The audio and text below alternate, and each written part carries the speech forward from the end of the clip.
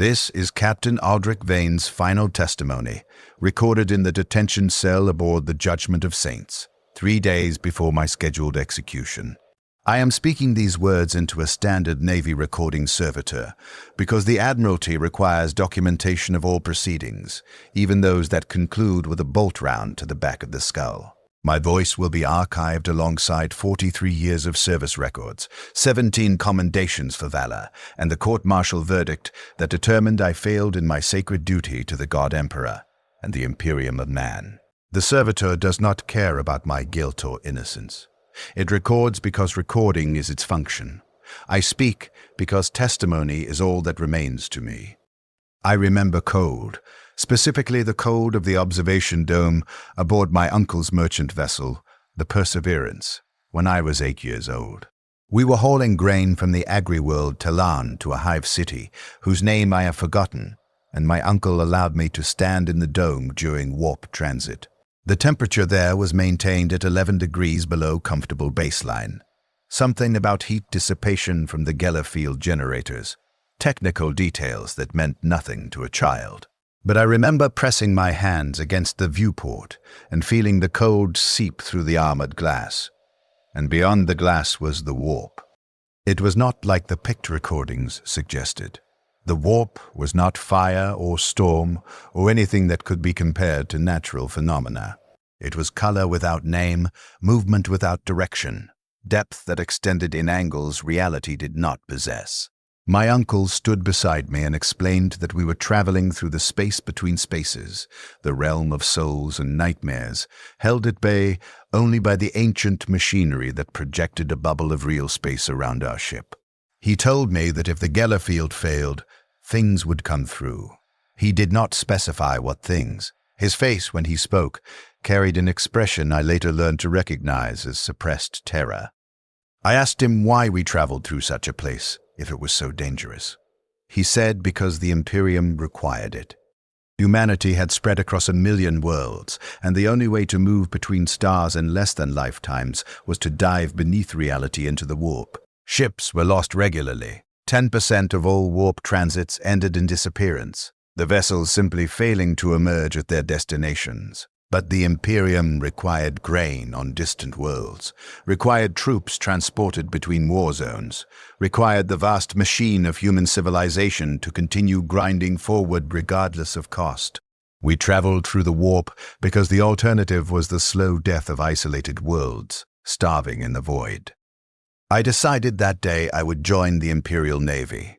Not out of patriotic fervor or religious conviction, but because I wanted to understand the thing I had witnessed. I wanted to master the mechanism that allowed humanity to spit in the face of physical law and cross gulfs that should take millennia in mere weeks. I was 8 years old, and I thought understanding would grant control. The Schola Progenium accepted my application when I was 12. My parents were dead, killed in a processing accident aboard a mining station in the Finial Belt, making me a ward of the Imperium and eligible for state education. The Schola produced commissars, naval officers, and sororitas through systematic indoctrination and training that began immediately upon arrival. They shaved our heads. They burned our civilian clothing. They assigned us identification numbers and told us our names would be returned when we had earned the right to possess individual identity. I was number 717 for 3 years. We trained 16 hours daily.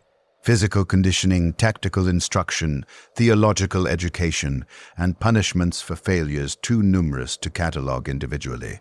The boy in the bunk beside mine was number 720. His name had been Marcus something. A detail he whispered to me during our first night in the dormitory, before the proctors taught him that speech after lights out resulted in consequences. They beat him with shock mauls for 4 minutes, while the rest of us lay in our bunks and listened. The proctors wanted us to understand that individual connection was weakness, that we existed to serve the Imperium, that personal bonds distracted from duty. Marcus died during winter training exercises in our 2nd year.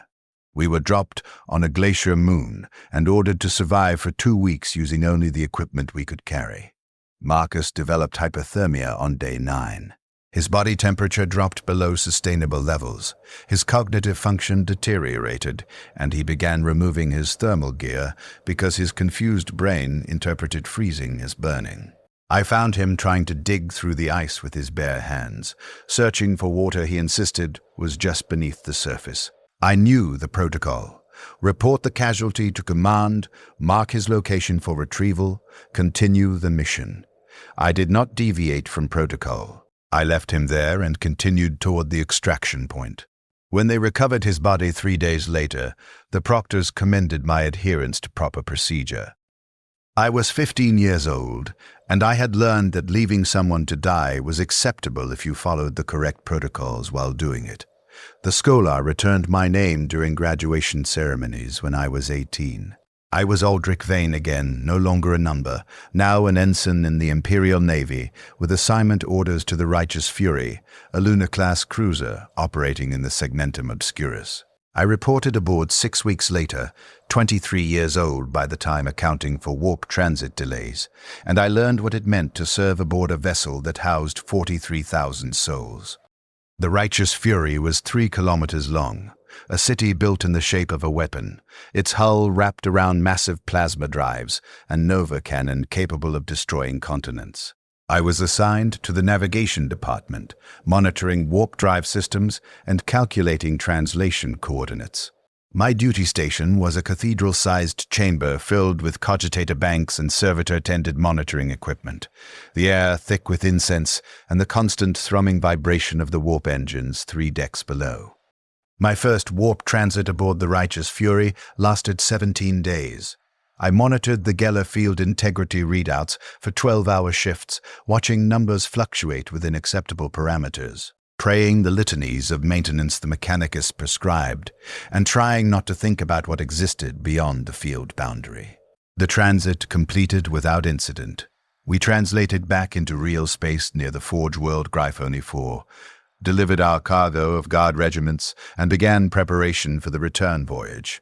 Routine operation. Successful completion. 43,000 crew survived. This was considered normal. I served aboard the Righteous Fury for 8 years. I was promoted to lieutenant commander and given responsibility for the entire navigation department. I supervised 43 officers and 217 enlisted crew. I authorized maintenance schedules, reviewed system diagnostics, and ensured the warp drives functioned within acceptable parameters.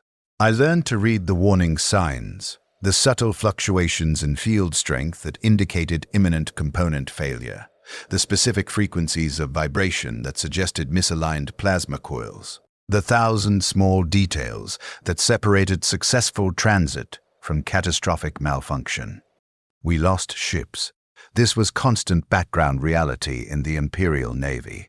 The stalwart Defender disappeared during routine transit between Baka and Hydrafer.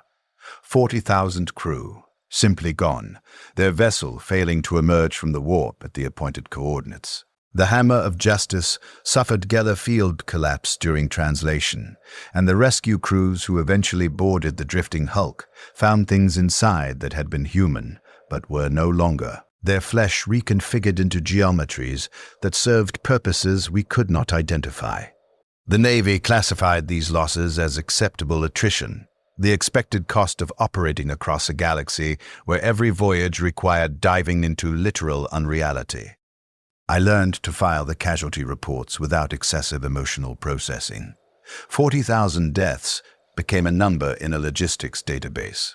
The important data was extracted, probable cause of loss, recommended modifications to prevent repetition, updates to procedure that might reduce future casualties by fractional percentages. The Imperium did not mourn its losses. It documented them, adjusted parameters, and continued operations. I learned to do the same. Commander Arcturus Dane commanded the Righteous Fury's engineering division when I was promoted to lieutenant commander. He was 17 years my senior, heavily augmented with cybernetic replacements for limbs lost during a plasma conduit rupture aboard a previous vessel. His face was scarred from the same incident, the left side reconstructed with synth skin that never quite matched the texture of biological tissue. He spoke with the clipped efficiency of someone who understood that words were tools for conveying information, not for establishing emotional connection. I met him during a routine maintenance review of the warp drive systems. He arrived in the navigation cathedral carrying data slates filled with engineering reports, and he proceeded to dismantle every assumption I held about drive operation. The plasma coil alignments I had been monitoring were secondary indicators, he explained. The primary failure points were in the Geller field generator housings, where microscopic stress fractures accumulated over repeated transits until catastrophic structural failure occurred without warning. He showed me the data, analysis from 47 ships that had suffered field collapse, every single one showing the same stress patterns in the recovered components. "We are operating these drives beyond their designed parameters," he said, his voice flat, stating fact without editorial comment. "The Mechanicus manuals specify maximum transit duration of 14 days before mandatory maintenance. The Navy routinely orders transits of 20, 25, 30 days when operational requirements demand it. We are slowly destroying the machinery that keeps us alive because the Imperium requires impossible things, and we comply." I asked him what we could do about it. He looked at me with his mismatched eyes, one biological brown, one cybernetic red, and said nothing. The answer was self-evident. We could do nothing. We followed the orders we received, maintained the equipment as well as resources permitted, and documented the failures when they occurred. This was service. This was duty. This was the mechanism through which the Imperium processed human lives into archived casualty statistics. Arcturus and I worked together for the next 11 years. We were not friends. The Navy discouraged personal bonds between officers as potential sources of compromised judgment. But we developed professional efficiency, a synchronized understanding of how the ship's systems functioned, and how to extract maximum performance, while minimizing catastrophic failure probability. We spoke in technical shorthand, communicated through shared glances at readout displays, and learned to anticipate each other's decisions during crisis situations. The Righteous Fury survived 2 major engagements during those years. The first was against Orc raiders in the Armageddon system, a 6-hour running battle that left our hull breached in 47 locations and 2,000 crew dead from decompression. The second was against a Chaos warband near the Cadian Gate, a nightmare engagement where reality itself seemed to fray around the enemy vessels, where our sensor readings reported impossible geometries, and our crew began experiencing shared hallucinations of things moving in the corridors between decks. We survived both battles. We repaired the damage, filed the casualty reports, received commendations for valor, and returned to regular operations. The Navy considered us a successful vessel, our survival record above average for ships operating in active combat zones. I was promoted to captain and given command of my own vessel, the Eternal Vigilance, a Dictator-class cruiser with a crew complement of 41,000 and armament sufficient to reduce planets to ash. Arcturus requested transfer to my engineering division. His request was approved. We had worked together for 11 years aboard the Righteous Fury, and neither of us saw reason to dissolve a functional working relationship. He reported aboard as my chief engineer 3 weeks before my official assumption of command, and he immediately began comprehensive analysis of the Eternal Vigilance's warp drive systems. He found problems, extensive problems, stress fractures in the Geller field generator housings, misaligned plasma coils operating outside acceptable tolerance, coolant systems degraded beyond recommended replacement intervals. The Eternal Vigilance had been in continuous service for 97 years, receiving only minimal maintenance between deployments, and the accumulated damage had reached critical thresholds. Arcturus compiled a report documenting 47 separate systems requiring immediate overhaul before the vessel should be rated safe for warp transit. I submitted his report to Battlefleet Command with a request for extended dockyard maintenance. The request was denied. The segmentum was experiencing heightened chaos incursion activity following the opening of the Cicatrix Maledictum, and every available vessel was required on active patrol. I was ordered to complete my shakedown cruise and proceed immediately to patrol Sector Ultima 77, a region of space near the Ghoul stars where shipping had reported increased raider activity. I appealed the decision. I attached Arcturus's engineering report and detailed projections of failure probability during extended warp transit with the vessel in its current condition. My appeal was denied with notation that operational requirements superseded optimal maintenance schedules, and that all Imperial vessels were required to perform beyond designed parameters during crisis situations.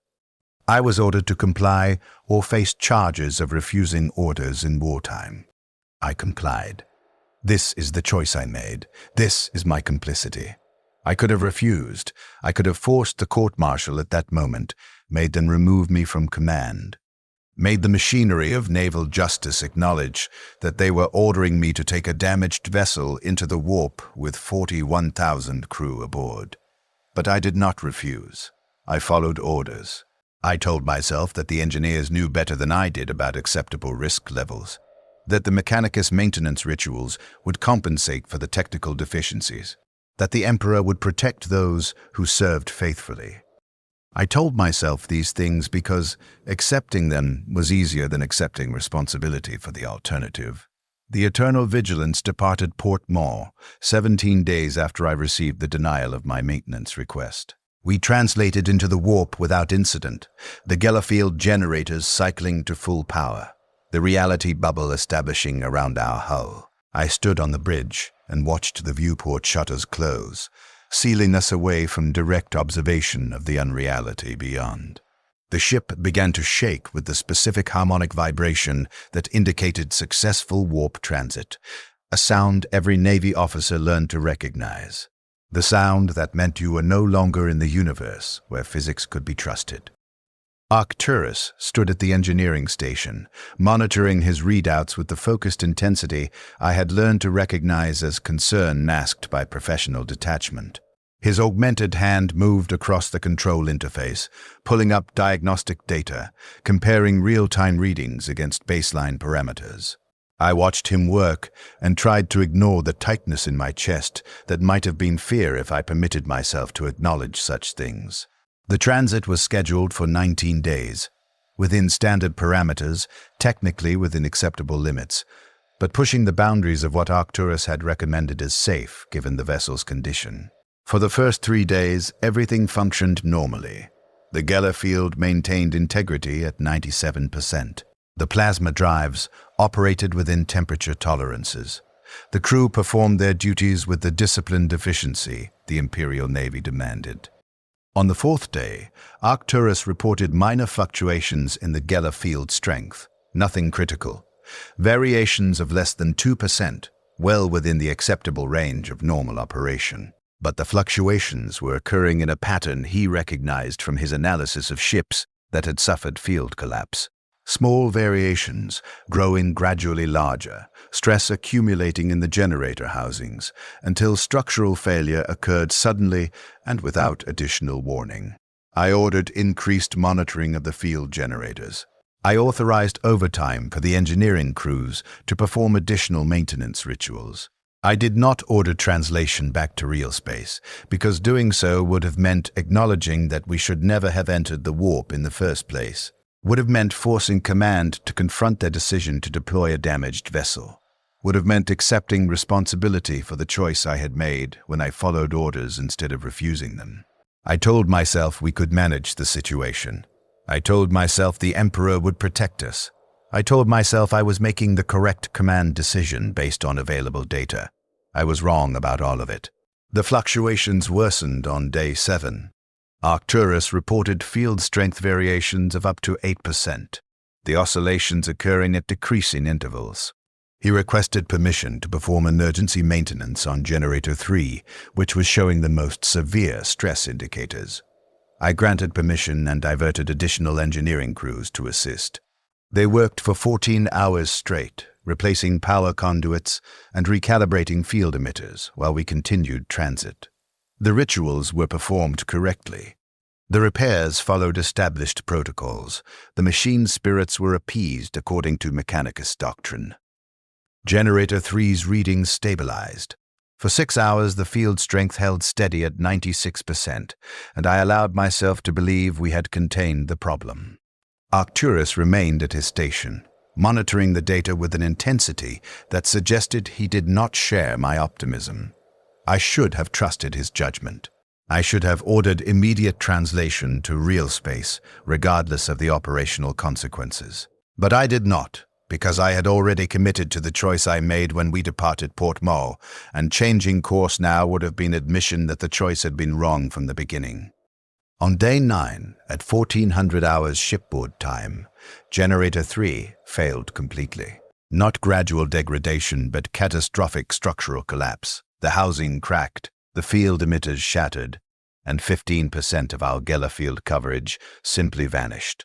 The remaining generators attempted to compensate, extending their fields to cover the gap, but they were not designed for such load redistribution. The field bubble surrounding our ship deformed, stretching thin in some areas while maintaining coverage in others. Alarms shrieked across all decks. I felt the ship shudder, not the normal harmonic vibration of warp transit, but a wrong sensation like reality itself was coughing. Through the command throne's neural interface, I could sense the ship's pain, could feel the strain propagating through every system as the wounded vessel fought to maintain integrity in an environment that wanted to consume it. All sections damage report I transmitted across the command channel. Engineering status of Geller field generators. Arcturus's voice came back flat, emotionless, the tone he used when conveying information he knew would not be well received. Generator 3 is non-functional. Generators 1, 2, and 4 are operating at 114% of maximum rated capacity, attempting to maintain field coverage. Current configuration is unstable. Estimate 17 minutes until cascading failure of remaining generators. 17 minutes. I processed the number and understood what it meant. If the remaining generators failed, the Geller field would collapse entirely. We would be a physical object floating in the warp without protection, a bubble of real space exposed to unreality. The things that lived in the warp would notice us. They would come through. How long to effect repairs on Generator 3?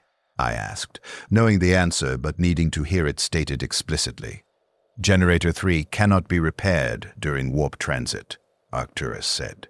The housing requires complete replacement. Estimate minimum 40 hours work in proper dockyard facilities.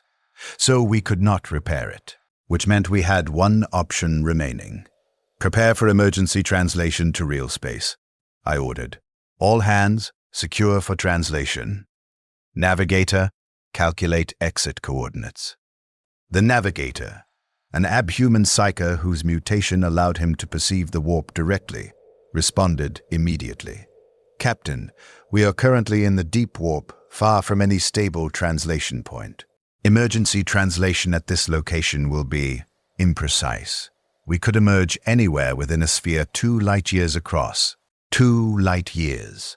We might emerge in deep void, far from any star system, requiring weeks of real space travel to reach civilization.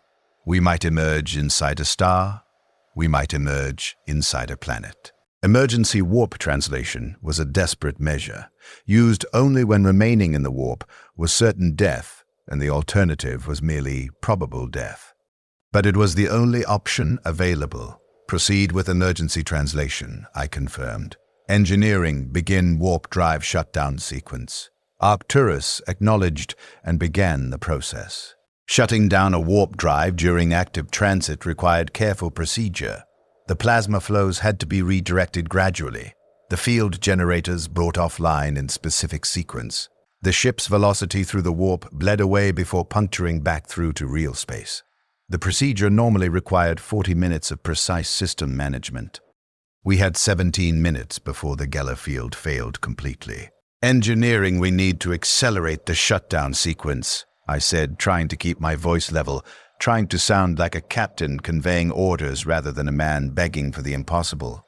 Understood, Arcturus replied. Implementing emergency shutdown protocol.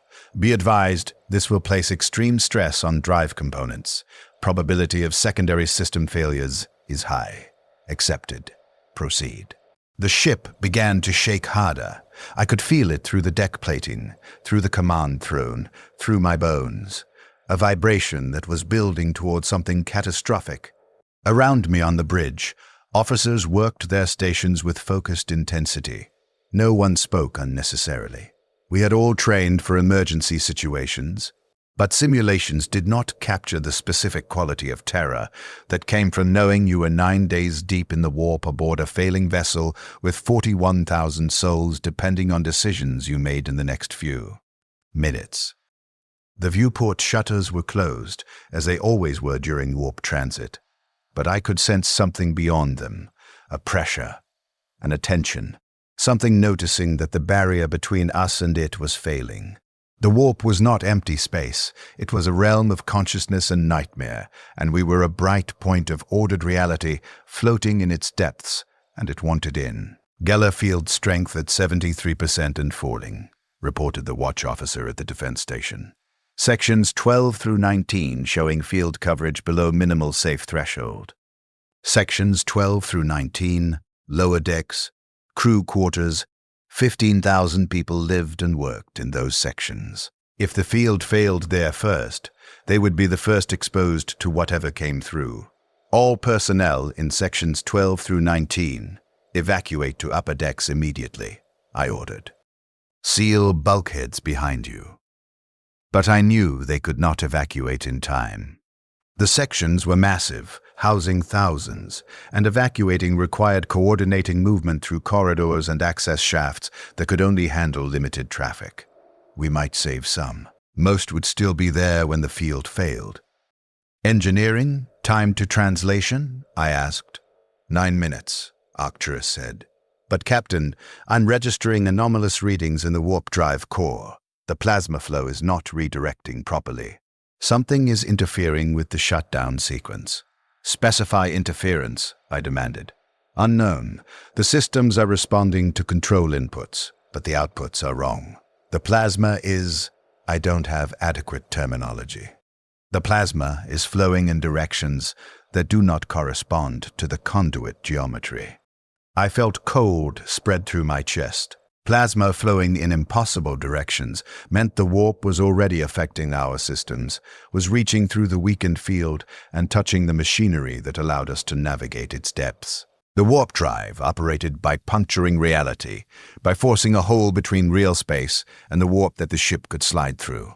If the warp was interfering with the drive while we tried to shut it down, then we had lost control of the one system we needed to function correctly. Continue shutdown procedure, I ordered, because there was no alternative. Monitor all drive systems, report any additional anomalies immediately. The shaking intensified. The lights flickered. Through the neural interface, I felt sections of the ship begin to lose power as energy distribution systems failed under the cascading strain. Emergency lighting engaged in 47 compartments. Life support switched to backup systems in 9 sections. The eternal vigilance was dying around us, and I could feel every wound. Geller field at 61%, the watch officer reported, his voice showing the first cracks of panic. Field coverage has failed completely in sections 15 and 16. Bulkhead seals are holding, but interior reports are... He stopped. His face went pale. Captain, I'm receiving reports from section 15. The crew is reporting things. Things in the corridors. Things. The word we used when we did not want to say demons, when we did not want to acknowledge that the Imperium had broken through and the nightmares were manifesting inside our ship. Seal section 15, I ordered. All bulkheads, full lockdown. No one enters or exits. Captain, there are 4,000 crew in section 15, the watch officer said, his voice breaking completely now. If we seal them in... I am aware of the crew complement, I interrupted. Execute the order. He hesitated for 3 seconds. Then he input the command. Throughout section 15, every bulkhead door slammed shut, every access hatch locked. every ventilation duct sealed with emergency baffles.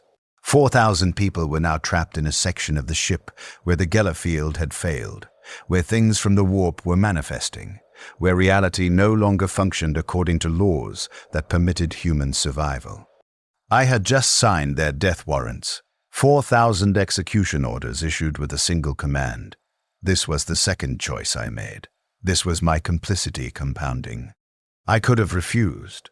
I could have ordered evacuation attempts, could have sent security teams with flamers and faith to try to extract survivors. But doing so would have risked the things spreading to other sections, would have compromised hull integrity further, would have potentially doomed the entire ship to save a fraction of the crew already doomed. So I sealed them in and told myself it was the correct command decision. I told myself their deaths would buy time for the rest of the crew to survive. I told myself the Emperor would understand that I did what was necessary. The screaming started 3 minutes later. Not audible through the sealed bulkheads, sound does not travel through vacuum, but transmitted through the ship's internal Vox network before someone in Section 15 had the presence of mind or mercy to cut the feeds. But for those 3 minutes, everyone on the bridge heard 4,000 people dying. Not dying quickly, not dying clean, dying in ways that human vocal cords should not have been capable of expressing. Then the Vox feeds cut, and there was silence, and the silence was worse because we knew what it meant. Section 15 had fallen completely. Whatever had come through had finished its work. 4,000 people were gone, and we continued our desperate attempt to translate back to Realspace, as if their deaths had purchased us something meaningful.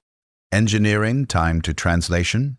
I asked, my voice steady, captain's voice, as if I had not just listened to 4,000 people die. 4 minutes, Arcturus responded. Captain, the anomalous readings are intensifying. The warp drive is not shutting down. I am implementing emergency shutdown, cutting plasma feeds manually, disabling field generators, but the drive is still active. It should not be possible, but the systems are operating independently of control input. The warp drive was still active, still tearing a hole between Realspace and the warp, still maintaining the puncture that allowed warp energy to flow into our vessel, and we had lost the ability to control it. Can you perform a hard shutdown? I asked. Physical disconnection of all power systems. Attempting now, Arcturus said. Redirecting all engineering teams to manual override stations. I watched the chronometer count down. 3 minutes. The Geller field was at 54%. Section 17 reported things in the corridors. I ordered it sealed. Another 3,000 crew locked away with whatever was manifesting inside their section. The screaming began again. I did not cut the Vox feeds this time. I listened. This was my penance for the choices I had made. I would bear witness to what my decisions cost. 2 minutes. The Geller field was at 47%. Sections 13 and 14 reported complete loss of illumination, emergency systems failing, crew experiencing mass hallucinations of the walls bleeding. I ordered both sections sealed. 6,000 more. The screaming was constant now, a chorus of the damned transmitted through every speaker on the bridge, and my officers were breaking. Were weeping at their stations while trying to maintain their duties because duty was all that remained when reality was ending around us. 1 minute. The Geller field was at 39%, and Arcturus's voice came through my personal command channel, bypassing the bridge speakers, speaking directly into my ear through the neural interface. Aldrich, he said, using my first name for the first time in 23 years of service together. The drive will not shut down. I have physically disconnected the plasma feeds. I have disabled the field generators. I have cut all power conduits. The drive is operating on no power source I can identify. It is drawing energy from somewhere else. From the warp itself, I think. It is feeding on the unreality around us and using that to maintain the puncture between dimensions. I processed his words and understood what he was not saying directly. The warp drive had become something else. It was no longer a human machine operating on human principles. It had been touched by the warp, corrupted, transformed into something that existed partially in both realms simultaneously. And it was going to activate. It was going to complete the process it had been designed for, translation between dimensions, but it was going to do so without regard for the carefully controlled procedures that made such translation survivable. The warp drive was going to activate while we were still in the warp. It was going to open a full-scale puncture between dimensions while we were already surrounded by unreality. It was going to do something that should have been impossible, something that no ship had ever survived, something that the Mechanicus maintained could not occur because the drive safeties prevented activation outside Realspace. But the safeties had been circumvented by something that did not care about human engineering. All crew, this is the captain. I transmitted across every channel, every speaker, every vox speed in every section of the ship. Brace for catastrophic drive failure, seal all pressure suits, secure all stations. Prepare for dimensional breach. 41,000 people heard that transmission. Most of them did not understand what it meant. Those who did understand knew it was not a warning. It was a goodbye. The warp drive activated at 0 seconds on the countdown, not the smooth, controlled translation that allowed safe passage between dimensions. Uncontrolled activation, full power breach while already inside the warp. The ship screamed, actual sound, transmitted through the hull, the metal itself shrieking as reality tore. I felt it happen through the neural interface. Felt the exact moment when the boundary between Realspace and the warp simply ceased to exist in the volume of space our ship occupied. We were simultaneously in both dimensions. The port side of the ship existed in Realspace. The starboard side existed in the warp, and the crew existed in both, their bodies occupying the boundary zone where physics contradicted itself. The viewport shutters blew out, not mechanical failure. They simply ceased being solid matter. Through the opening I saw both Realspace and the warp. Overlaid, simultaneous, impossible. Stars and colored void occupying the same visual field. Geometry that twisted into angles that hurt my eyes and my mind, and something deeper than both. The bridge crew began to change, not all at once, not dramatically. But I watched Lieutenant Marcus at the helm station and saw his hands multiply. One pair remained human, continued working the controls, while additional pairs emerged from the same physical space, reaching in directions that were neither up nor down, nor any named direction. He continued his duties. His human hands maintained our course. His other hands did things I could not comprehend. The ship was tearing itself apart between realities. I felt it through the neural link.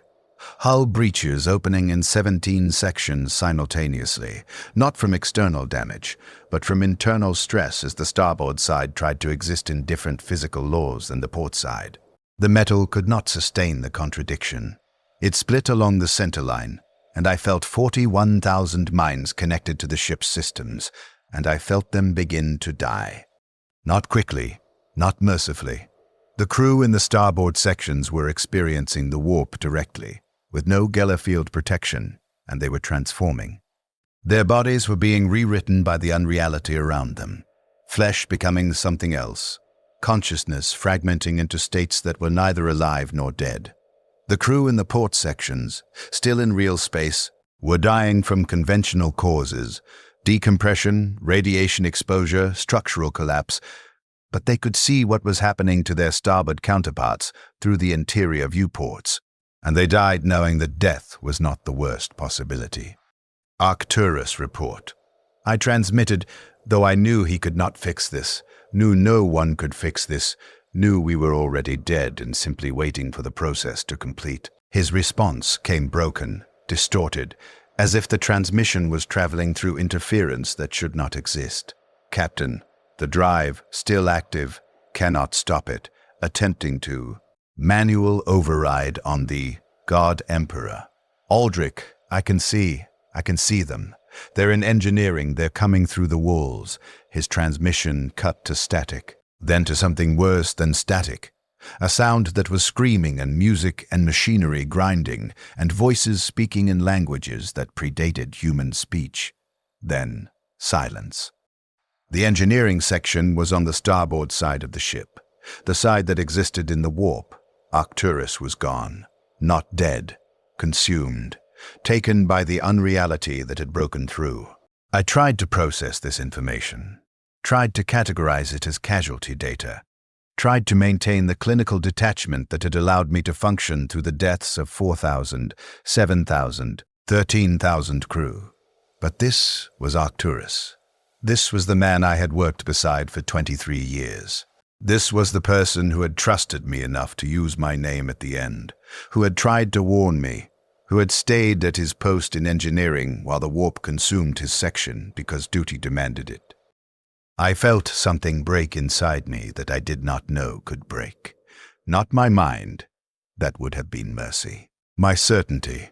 The absolute confidence that the choices I made were correct because I followed protocol, followed orders, followed the established procedures that the Imperium provided for every situation. Arcturus had died because I followed orders.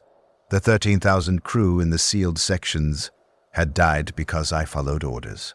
The 41,000 people throughout this ship were dying because I followed orders when those orders commanded me to take a damaged vessel into the warp. And I understood, finally, what it meant to command. It meant accepting responsibility not just for your own choices, but for the choices made by the system above you. The choices made by command when they denied my maintenance request. The choices made by the Mechanicus when they designed warp drives that operated beyond safe parameters. The choices made by the Imperium when it demanded impossible things from mortal humans and called it duty. Command meant carrying all of that weight and knowing it would crush you, and continuing anyway because the alternative was abandoning your crew to face it alone. But understanding came too late. The ship was lost. The crew was lost. I was lost. The dimensional breach was expanding. I could see it through the destroyed viewport, a tear in reality itself, growing larger as the uncontrolled warp drive pumped more energy into the puncture. The ship was being pulled into the tear, drawn toward the boundary zone where matter could not sustain coherent form. I had minutes before the eternal vigilance ceased to exist as a physical object and became something else, something that existed simultaneously in all possible states, across all possible dimensions. "All hands abandon ship," I transmitted, knowing it was futile but required to give the order. "Proceed to escape pods immediately. This is not a drill. Abandon ship." Emergency protocols engaged automatically. Throughout the remaining habitable sections, klaxons blared the evacuation signal. The crew, who were still capable of movement, still capable of rational thought, began moving toward the escape pod bays, but the starboard bays were in the warp-corrupted sections, inaccessible. The port bays were on the Realspace side, but half of them had been destroyed in the hull breach. We had capacity for perhaps 8,000 evacuees in the remaining functional pods. We had approximately 28,000 crew still alive in sections that maintained atmosphere, which meant 20,000 people would not reach the pods. 20,000 would still be aboard when the ship completed its transformation into whatever the dimensional tier was making it become. I logged this data automatically, my mind processing casualty projections even as I gave the evacuation order, even as I understood the futility of the attempt. I remained on the bridge because the captain did not abandon his command. This was doctrine. This was tradition extending back through millennia of naval service to the ancient sea-bound vessels of old Earth. The captain stayed with his ship, maintained command and control as long as possible, went down with the vessel if necessary. I had accepted this duty when I assumed command. I would not abandon it now. But I could ensure that those who could evacuate had every possible second to reach the pods. "Bridge crew, you are relieved," I announced. "Proceed to escape pods immediately. That is an order." They looked at me. 16 officers and crew who had served on this bridge for the entire voyage. Some had been with the eternal vigilance for decades. They understood what I was ordering, that they should abandon me here, should save themselves while I remained alone on the bridge of a dying ship. "Lieutenant Marcus, whose hands still existed in multiple dimensions simultaneously, whose face showed the beginning of transformation into something other than human, stood from the helm station. His human mouth spoke with human words, while his other mouths said things in languages I did not know. "Captain, you cannot maintain bridge operations alone. Regulations require minimum crew of 4 for emergency command functions." He was correct. Naval regulations specified minimum crew requirements, and I could not fulfill all necessary functions simultaneously. But regulations also specified that the captain's primary duty was to maximize crew survival, which meant not wasting trained personnel on a futile last stand. "I am ordering you to evacuate," I said, putting command weight behind the words. "You will comply with this order, Lieutenant." He shook his head. His multiple heads. He was becoming something else before my eyes, but the core of whoever he had been remained functional enough to refuse my order. "With respect, Captain, I will not abandon my post while my commanding officer remains aboard." 3 others echoed his refusal. The rest looked between me and the hatchway leading to the escape pod bays, calculating their odds, trying to determine if loyalty or survival should take priority. I did not blame them for their hesitation. The Imperium demanded loyalty unto death, but the human instinct for survival predated the Imperium by millions of years. "Go," I told them. "Those who wish to attempt evacuation, you are dismissed. Those who wish to remain, I will not order you away again. Choose now." 11 of them left.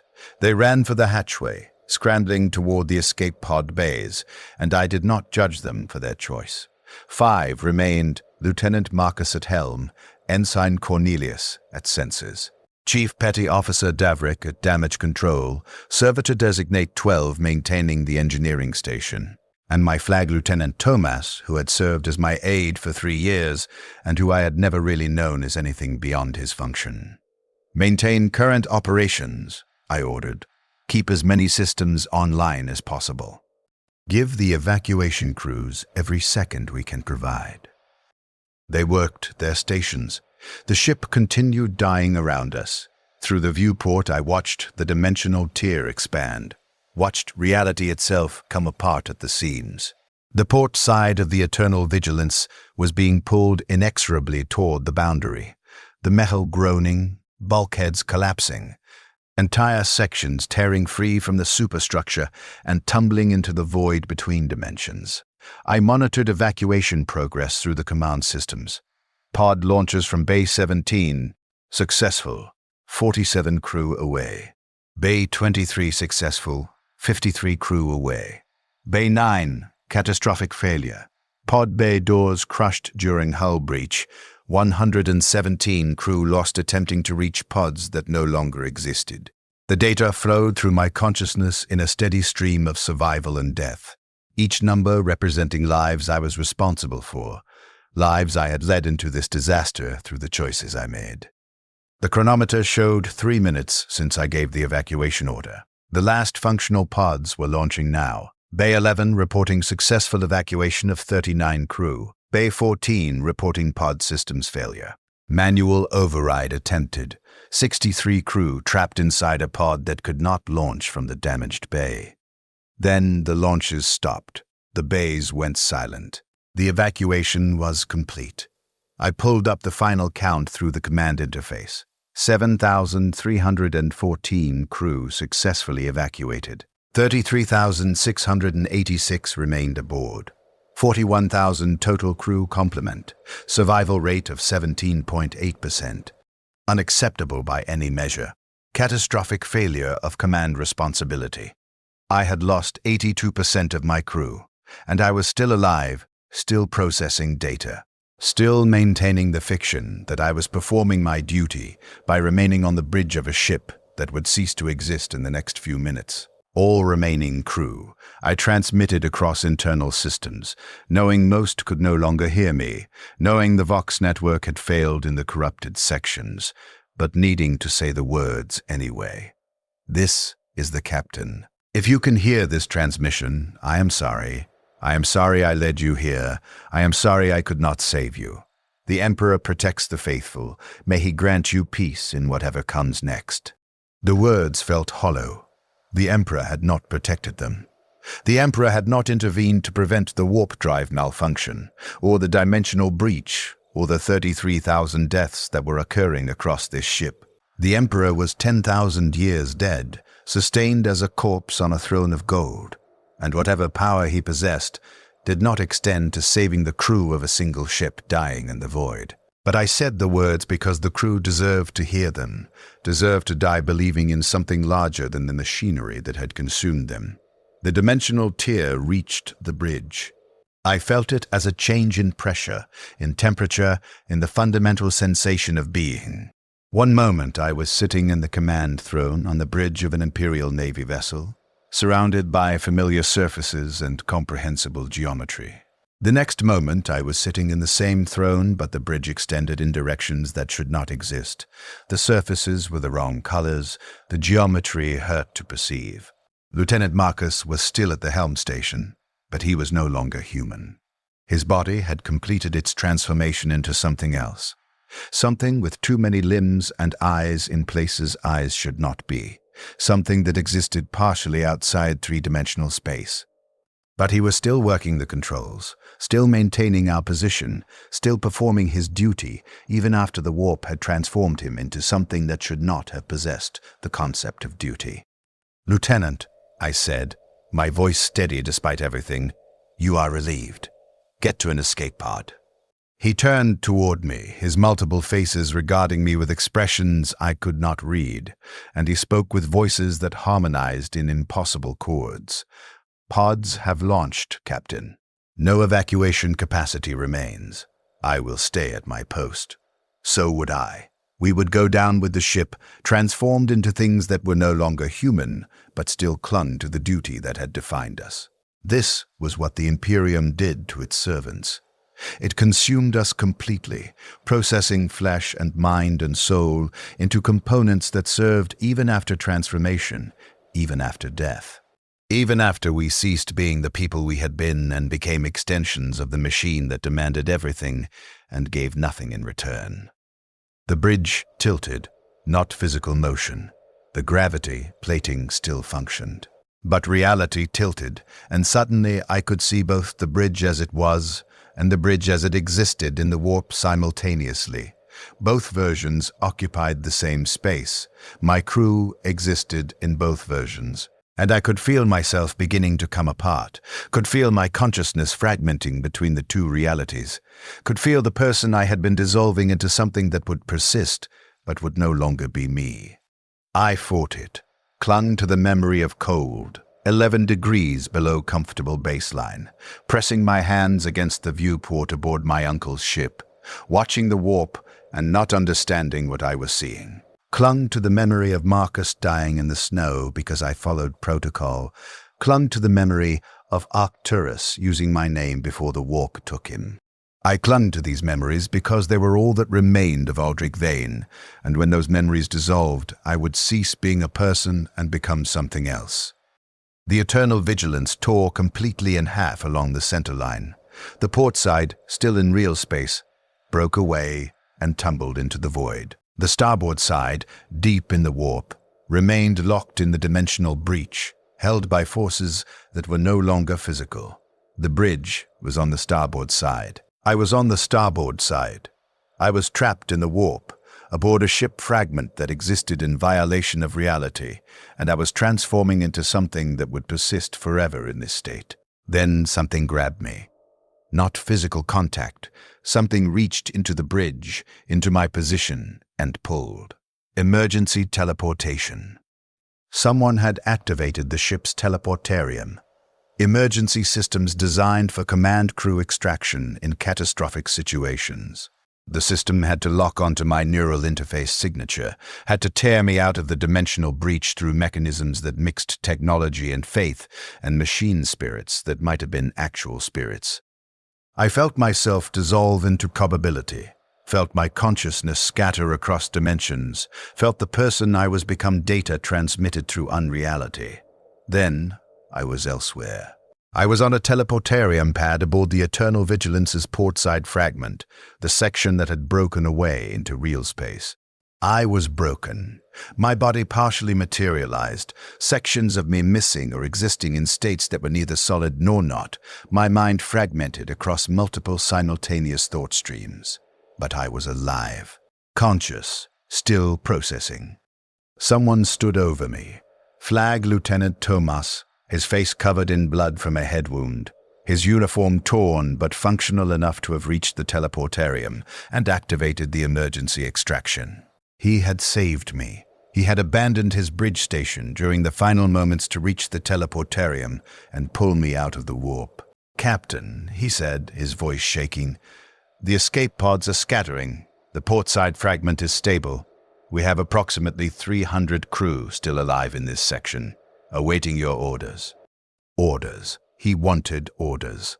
He wanted me to continue being a captain, to maintain command, to take responsibility for what remained of the catastrophe I had led us into. I tried to speak and found my vocal cords were not entirely materialized. I tried to move and found portions of my body were still existing partially in the warp. I tried to think clearly and found my consciousness was scattered across too many parallel thought streams to achieve coherent focus. But I was the captain. I gave orders. This was my function. I forced my fragmented consciousness to cohere enough to speak. Broadcast, distress signal, all channels, any ship, any station, we need extraction. Thomas nodded and moved to execute the order. I lay on the teleportarium pad and tried to hold myself together, tried to maintain enough coherence to continue being the person who bore responsibility for this disaster. I did not know if anyone would respond to our distress signal. I did not know if we would survive long enough for rescue to arrive. But I knew I would not permit myself to dissolve until I had ensured that every surviving crew member had the maximum possible chance of living through this. This was what remained of duty after everything else had been stripped away. Not glory, not honor, just the desperate, futile attempt to minimize the casualties resulting from your failures.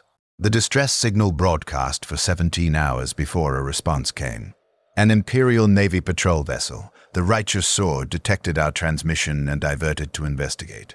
They found the portside fragment of the Eternal Vigilance drifting in deep space, structurally intact, but heavily damaged, with 274 survivors still alive in sealed compartments. They extracted us over the course of 8 hours, bringing us aboard their vessel in groups, providing medical care and food, and the basic compassion the Imperium occasionally extended to its broken servants.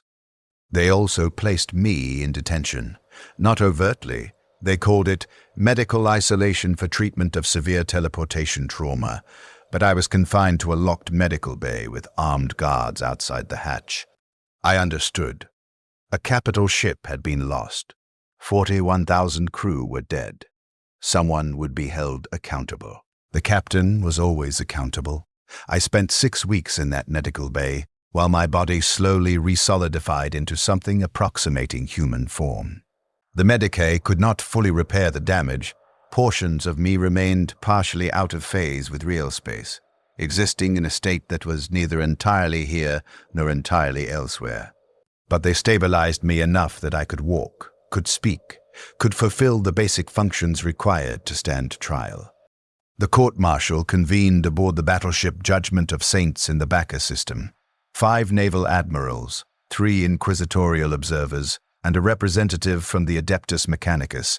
They reviewed the case for 4 days, analyzing logs recovered from the Eternal Vigilance's portside fragment, interviewing survivors, reconstructing the sequence of events that led to the loss of the ship.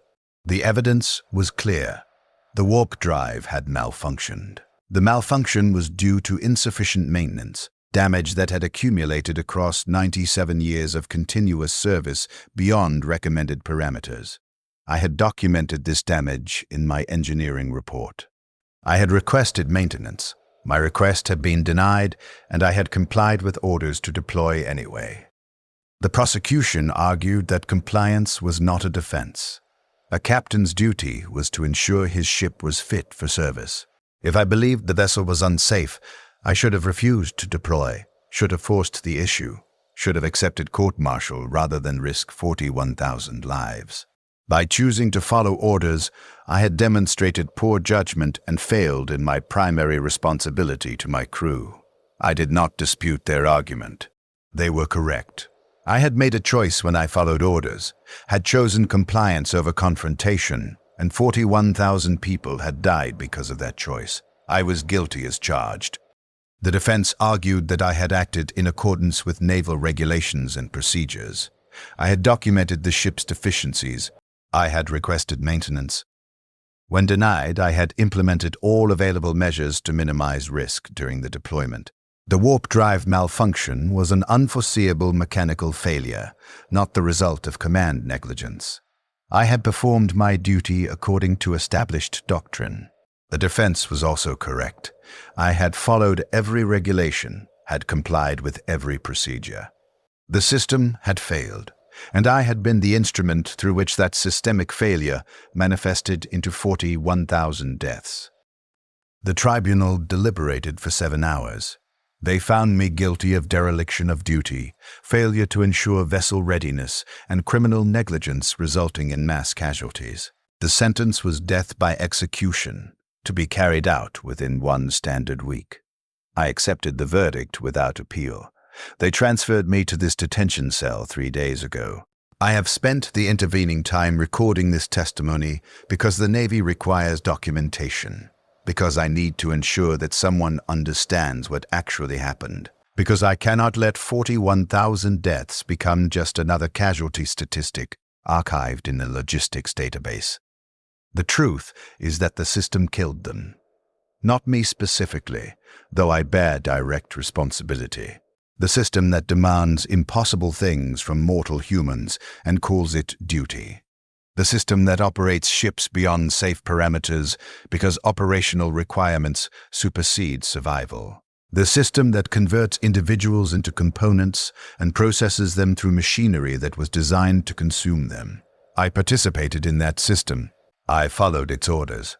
I made the choices that allowed the catastrophe to occur, and I will be executed for those choices, which is appropriate, because someone must be held accountable when 41,000 people die. But executing me will not change the system. The Imperium will continue deploying damaged vessels, because the alternative is acknowledging that it lacks sufficient resources to maintain its fleet. Captains will continue following orders that compromise crew safety, because refusing orders means ending your career at best and facing execution at worst. Ships will continue dying in the warp, because humanity has no choice but to travel through hell to reach the distant worlds that require connection to survive. And the casualties will continue accumulating, each death logged and archived and forgotten by a system that measures human lives in quantities too vast for individual suffering to register as meaningful. I remember cold, 11 degrees below comfortable baseline. I remember pressing my hands against a viewport and feeling reality through armored glass. I remember being 8 years old and not understanding what I was looking at when I saw the warp. I understand now. The warp is the truth beneath the Imperium's machinery, the unreality that we navigate through force of will and faith and technologies we barely comprehend, the chaos that waits beyond every Geller field, the fundamental hunger that wants to consume us and will eventually succeed. We travel through it because we must. We die in it regularly. And the machine continues grinding forward, because the alternative is admitting that 10,000 years of struggle have brought us to a point where our own survival mechanisms are killing us. Arcturus died in the engineering section when the warp broke through. Lieutenant Marcus transformed into something that persisted beyond death, still working his station even after humanity had been processed out of him. 33,686 crew died aboard the Eternal Vigilance because I followed orders. 7,314 survived. I consider this an unacceptable loss ratio, but the Imperium's standards differ from mine. They will execute me tomorrow at dawn, a bolt round to the back of the skull, standard procedure for condemned naval officers. Quick, clean, efficient. My body will be processed into nutrient paste for the ship's food synthesizers. Waste not, want not, and my name will be struck from the honor rolls and archived among the failures. But I will have completed this testimony. I will have documented what it costs to command when the machinery fails. I will have borne witness to 41,000 deaths and insisted they be remembered as more than statistics. This is Captain Aldrich Vane's final statement. I followed orders. I lost my ship. I killed my crew through the choices I made and the choices I failed to make. I am guilty as charged. I accept the sentence. But I want it recorded that the system is guilty as well.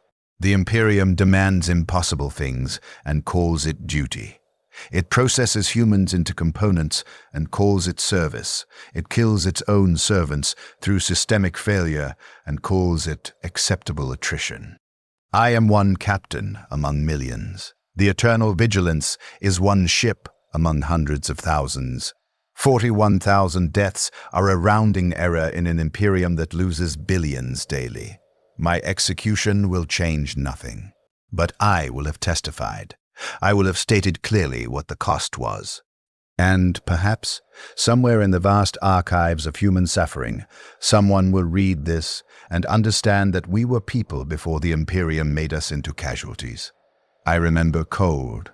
I remember Marcus dying in the snow. I remember Arcturus using my name. I remember being someone before I became the instrument through which 41,000 people died. The servitor has completed recording this testimony.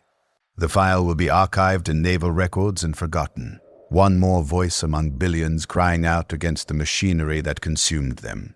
But the testimony exists. The witness has been borne. Tomorrow they will execute me. Tonight I will remember what it felt like to be human. Before duty and compliance and the crushing weight of command processed that humanity into something that could order sections sealed with 4,000 people inside. Something that could log 33,000 deaths as casualties and continue functioning. I was Captain Aldrich Vane. I commanded the Eternal Vigilance. I lost my ship when the warp drive activated inside Realspace. I am responsible for every death that resulted. I accept accountability. The Imperium will continue. The system will continue dying. And I will have testified. This is what remains.